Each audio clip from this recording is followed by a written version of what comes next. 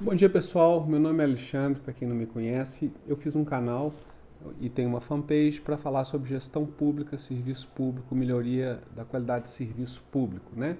Ferramentas, especificamente ferramentas. O público-alvo para o qual eu produzo esse conteúdo, via de regra, são servidores públicos. E eu fiz um material agora, recente, para poder discutir a questão da gestão pública municipal. Será que, entrando prefeito novo, nós vamos ter uma situação nova? Será que nós vamos ter uma real melhoria? Talvez sim, talvez não. Por quê? Porque de boa intenção o inferno está cheio, né? É preciso mais do que boa intenção para conseguir identificar os problemas de um município, por exemplo, e desenhar os planos de ação para melhorar esse município. Com base nisso, eu fiz uma apresentação e eu queria convidá-los a assistir para a gente ver um pouquinho. É uma apresentação aí que vai durar um pouquinho, mas é bem interessante para quem está dentro de prefeitura. Vamos lá. E eu começo aqui fazendo a seguinte pergunta: prefeitura nova, vida nova? Será que é? Vamos para frente.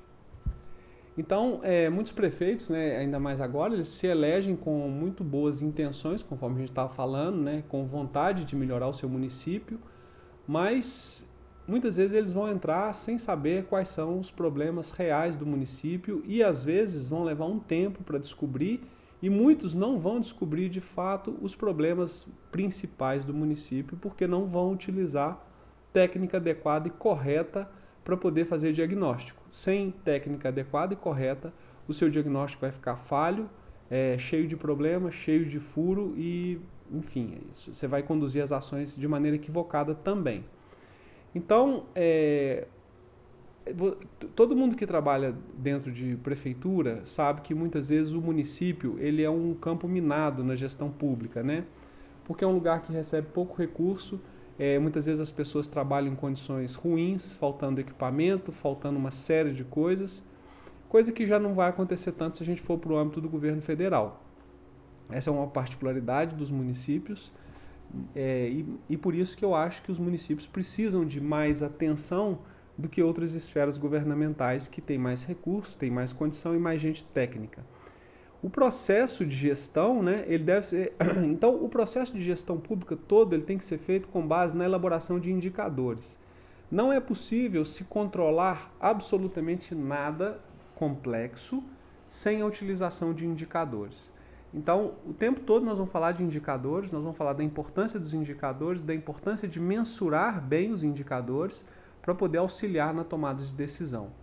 Indicadores podem ser nível de satisfação das pessoas com o RH, tempo de atendimento, interesse do atendente em resolver o meu problema. Podem ser várias perguntas com notas de avaliação, por exemplo, em que a pessoa vai lá e coloca.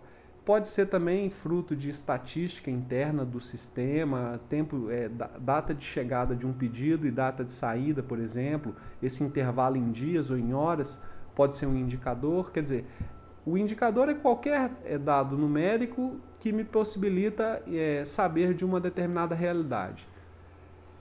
O processo de gestão, então, ele deve ser elaborado com o uso de indicadores, né, pois são os indicadores que vão me permitir diagnosticar. Aqui eu tenho um mapinha que eu queria mostrar para vocês, que é sobre o diagnóstico da situação atual. Você tem dois caminhos para seguir para fazer um bom diagnóstico de situação atual. Quais são esses caminhos? Um deles é fazer os levantamentos internos e o outro é fazer levantamentos externos. Qual que é a diferença e por que pensar dessa forma? O levantamento externo ele é feito geralmente via pesquisa de mercado. Então, eu contrato, por exemplo, um instituto de pesquisa para percorrer todos os bairros da cidade, saber quais são as principais carências, reclamações e problemas. Esses são levantamentos externos, porque eu estou usando o público externo, que é a população, para poder me ajudar na identificação de problemas. O levantamento interno ele é feito com base na minha equipe, nas pessoas que trabalham comigo, nas pessoas que estão subordinadas a mim, nas pessoas que estão no meu entorno. Então, o levantamento interno ele é tão importante tanto quanto o levantamento externo. Porque muitas vezes uma reclamação de um usuário em relação ao atendimento ou ao serviço prestado, eu vou encontrar a explicação e o motivo nos levantamentos internos. Então, levantamento interno e externo são duas coisas que conversam e que convergem. O levantamento interno, você faz o levantamento com diversas áreas para analisar os seus problemas e as suas carências. E aí a gente prioriza os problemas. Os levantamentos externos, você contrata pesquisa de mercado. Sempre lembrando, o dado, a informação dessa pesquisa, ela tem que ser regionalizada, georreferenciada. Porque depois você precisa saber, dentro de um mapa da cidade, o que é o problema daquela regional e daquela outra, que é diferente da outra, e por aí vai. Então, toda a informação georreferenciada, isso é fundamental. E aí, depois de feito esses dois braços, né, o levantamento interno e o externo, a gente parte para elaborar o planejamento formal para resolver esses problemas. Então, assim, eu acho que um trabalho bem feito, um trabalho desse tipo, de diagnóstico, de planejamento, de detalhamento de etapas, de atribuição de responsabilidade, de compra de material necessário para poder fazer um projeto desse rodar, você não termina ele com menos de 1 ano de trabalho. Isso quer dizer que um prefeito que comece o mandato, agora em janeiro, ele só vai estar com essas informações todas organizadas e com o planejamento e o plano de ação bem delimitado no final do ano, iniciando o ano que vem. Que é o momento adequado para ele, inclusive, pegar esse planejamento, inserir no orçamento e mandar para aprovação para ele ter o dinheiro para poder fazer o que precisa ser feito. Então, quais são os pilares, né, de melhoria da gestão municipal? Primeira coisa, identifica os principais problemas. Por que identifica os principais problemas? Porque problemas você tem e muito, né? Qualquer um que trabalha dentro de uma prefeitura sabe o que eu estou falando. É quase infinita a quantidade de problemas que você tem. Você tem que pegar os mais críticos, você tem que pegar aqueles que não dá para deixar de resolver. Por isso que a gente faz e aí separa, né, entre problemas que vêm de pesquisa de mercado, dado externo, e problemas levantados a partir dos meus levantamentos internos. Aí, com base no resultado, né, dessas pesquisas, eu vou elencar os problemas mais graves, obviamente. Depois eu vou avaliar, e aí agora eu estou falando do diagnóstico interno, eu vou avaliar as áreas estratégicas da prefeitura e as suas carências. Então eu tenho que fazer um levantamento através de reuniões ou entrevistas com as pessoas das áreas, com os responsáveis ou com os conhecedores dessas áreas. Eu tenho que fazer um levantamento, por exemplo, com a Secretaria de Fazenda, com a Secretaria de Saúde, com a Secretaria de Educação, com a Secretaria de Transporte, com Recursos Humanos, com Assistência Social e por aí vai. Porque a deficiência operacional de uma área dessa, certamente o resultado dela vai aparecer na pesquisa de mercado. Então são duas coisas que conversam o tempo todo e que convergem o tempo todo. Aí eu coloquei uma coisa aqui que eu acho fundamental, né? Organize um setor. Um setor pode ser 2 pessoas, 3 pessoas. Você não tem que ter um super setor. Mas organize um setor ou uma área, ou coloque algumas pessoas para poder te dar assessoria estratégica ao prefeito e aos secretários. O que é assessoria estratégica? Assessoria estratégica é assessoria informacional. Estatística, dado, indicador, levantamento de dados. Quer dizer, não tem como um gestor público caminhar sem análise de dados. E ele precisa ter uma equipe para assessorá-lo nisso, para fazer a coleta de dados, para fazer o tratamento de dados, para fazer a limpeza dos dados, para gerar gráfico, para gerar relatório, para apresentar isso, para destrinchar isso depois, ajudar a destrinchar em plano operacional e por aí vai. Idealmente, o servidor que vai vir para esse setor, ele tem que ter muito bom domínio de Excel, se possível, conhecimento de estatística ou algum conhecimento de estatística, mesmo que ele não seja um especialista, e ter algum conhecimento e ser um pouco descolado com TI. Não obrigatoriamente tem que entender de TI, mas nós vamos o tempo todo falar de sistema, esse tipo de solução vai sempre passar por sistema, tem que ter um pé na TI. O processo de comunicação com a população deve ser feito ao longo de todo o mandato. Isso aí é uma outra questão. O que acontece? Muita gente pensa assim, eu vou passar 1 ano fazendo um planejamento e isso vai me atrasar muito. Não vai te atrasar não, sabe por quê? você tem que comunicar o tempo todo. Você não tem que comunicar em época de eleição, não. Você não tem que comunicar faltando um ano, não. Você não tem que prestar conta para a população faltando um ano para acabar o mandato, não. Essa fase de estruturação, de reestruturação, de redesenho de processo, de organização do que vai acontecer, ela tem que estar na sua pauta de comunicação. Você tem que estar conversando com a população o tempo todo e mostrando o que está acontecendo, quando que vai ser feito, quando que vai estar implementado, por que fazer aquilo e por aí vai. Então, não se preocupe com esse um ano, que não é um ano perdido, né? O processo de comunicação e prestação de conta ele tem que acontecer o tempo todo, no mandato inteiro. E aí eu sugeriria aqui o seguinte: separe os projetos em dois tipos. Que tipos são esses? São os projetos impactantes e os projetos estruturantes. O que são os projetos estruturantes? São projetos que eles não geram visibilidade e nem reconhecimento por parte da população, mas eles são essenciais. Então, por exemplo, a compra de um servidor de informática gera visibilidade? Não, as pessoas precisam do servidor para trabalhar, é essencial, sem ele eu não sobrevivo. Mas ele não gera visibilidade e ele não me dá voto, vamos falar assim, né? Mas eu preciso desse tipo de projeto, não tem como eu melhorar o serviço público sem ele. Ou então, eu tenho uma outra particularidade, que são os projetos que geram visibilidade para grupos restritos de pessoas. Então, por exemplo, eu vou lá e faço a reforma de um posto de saúde. As únicas pessoas que vão saber desse projeto são os usuários daquele posto de saúde, a menos que eu comunique. Mas assim, se eu fizer um projeto desse só num posto, só aquele pessoal vai saber. E os projetos impactantes são aqueles que possuem capacidade de impactar a vida das pessoas de forma tangível e aparente, que é o que todo mundo gosta de fazer, né? Que é obra, inauguração, etc, etc. Por exemplo, a construção de um novo posto de saúde é um projeto impactante. A melhoria de um posto de saúde, melhoria das condições de trabalho, diminuição do tempo de espera, disponibilização de material para a população, isso tudo é um projeto estruturante, não é um projeto impactante. Agora, a construção do posto de saúde é um projeto impactante. Então, eles são menos dependentes das estratégias de comunicação. O primeiro grupo ele é mais dependente, porque os projetos estruturantes, como muitas vezes eles não são visíveis, eu tenho que chamar o pessoal da comunicação e trabalhar isso, né, através de vídeos, prestando conta, explicando e mostrando. E os impactantes não, eles são mais fáceis de serem vistos, né? Os projetos elencados, né, eles devem ser divididos nesses dois grupos. Lembrando que nunca se deve atacar um grupo apenas, né? Você ataca um e ataca o outro, ou seja, uma parte do trabalho e do dinheiro vai para os projetos impactantes e para o outro para os estruturantes. Aí a gente tem que lembrar o seguinte: sem planejamento formal não tem gestão pública que funciona. Esquece.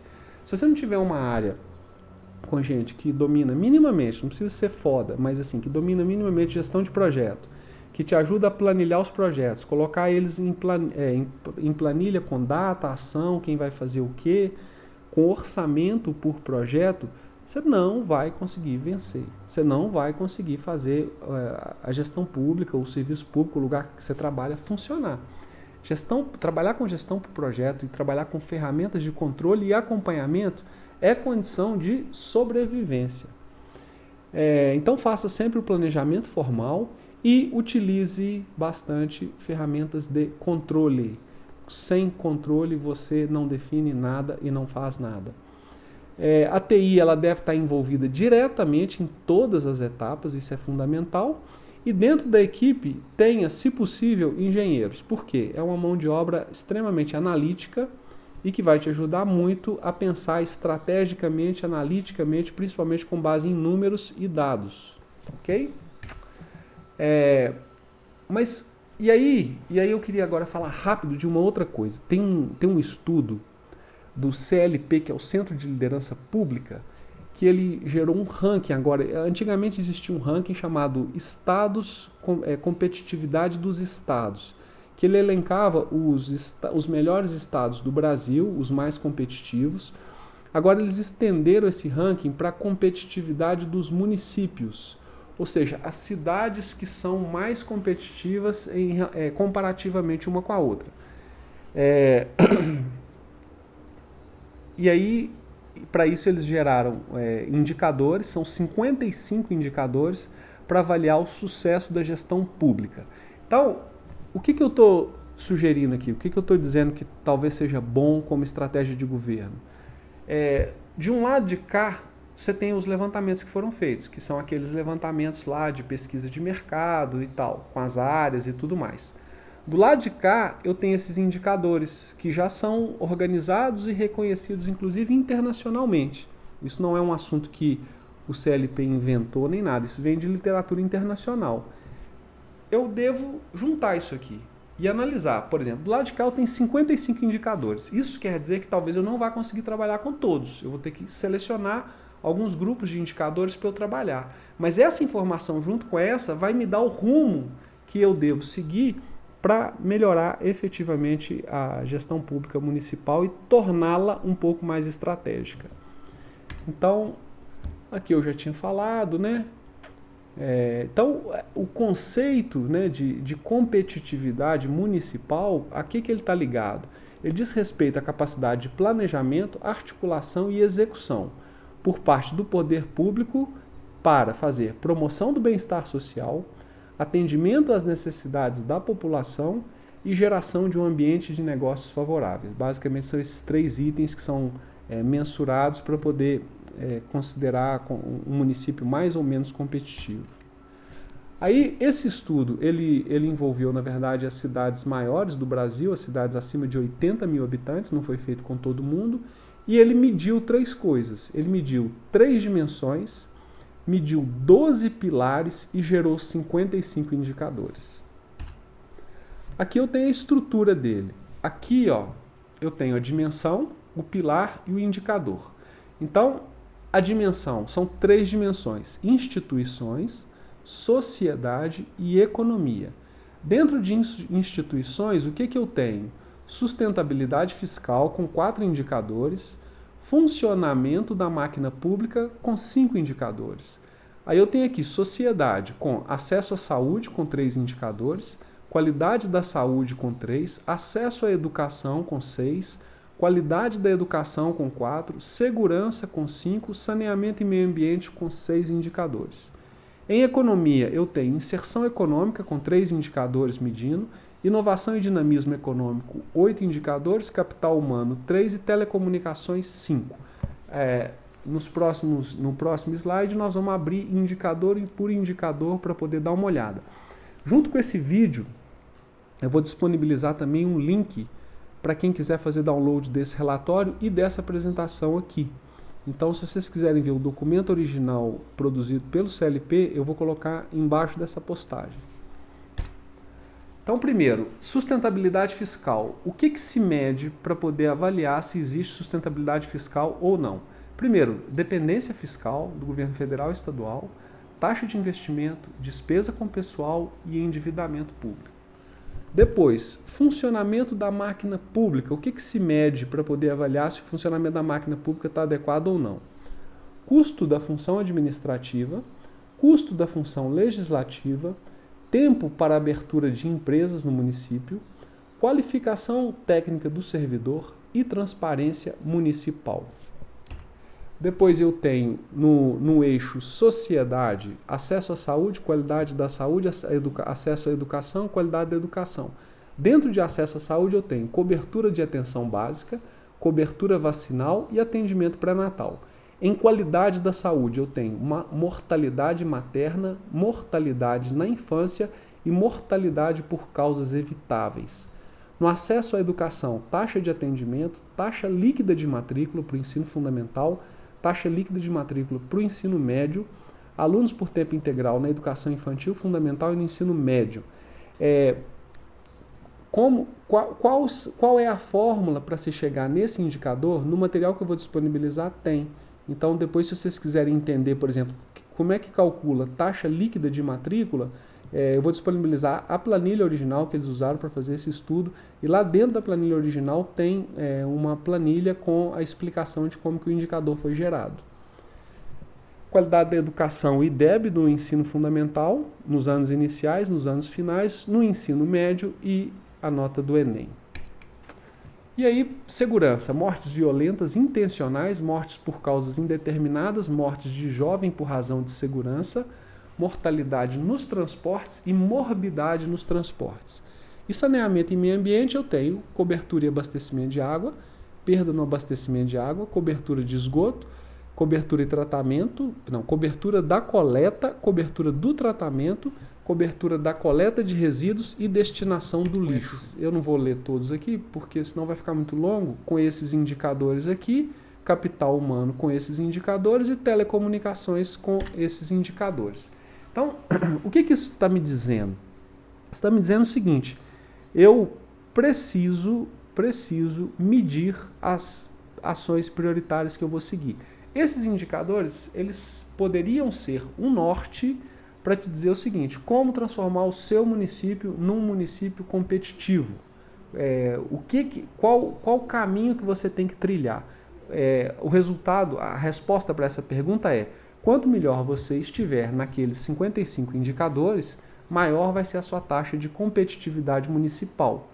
Mas a gente sabe que o mundo não é assim ideal. Primeiro, não existe dinheiro ilimitado, então não vai dar para poder atacar os 55. E segundo, às vezes a população tem certos problemas que não estão relacionados àqueles indicadores. Então, por isso da importância de eu fazer a pesquisa de mercado e de eu fazer o levantamento interno com os servidores. E é isso. O objetivo desse vídeo, óbvio que não é estender demais ou fazer um vídeo complexo demais ou longo demais, eu acho até que ele já ficou longo, mas eu vou deixar um material de suporte aqui. Se você gostou do tema, comenta aqui. Se você gosta desse tema, se inscreve nesse canal, continue me acompanhando, a gente vai continuar conversando sobre gestão pública e melhoria de serviço público, tá ok? Um abraço e nos vemos no próximo vídeo.